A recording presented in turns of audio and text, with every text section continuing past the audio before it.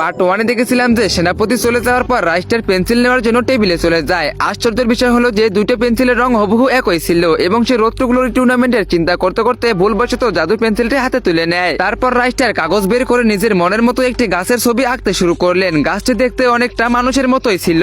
রাইস্টার যখন গাছটির মুখ আঁকতেই যাবেন তখনই ঘটলো সেই অঘটন। ছবিটি পূর্ণ হওয়ার আগেই এক বিশাল মুন্ডহীন কাঠের দানব কাগজ থেকে জীবন্ত হয়ে বেরিয়ে এলো। তার শরীরে ছিল প্রচন্ড রাগ। বেরিয়ে এসে রাইস্টারের উপর আক্রমণ করে দিল।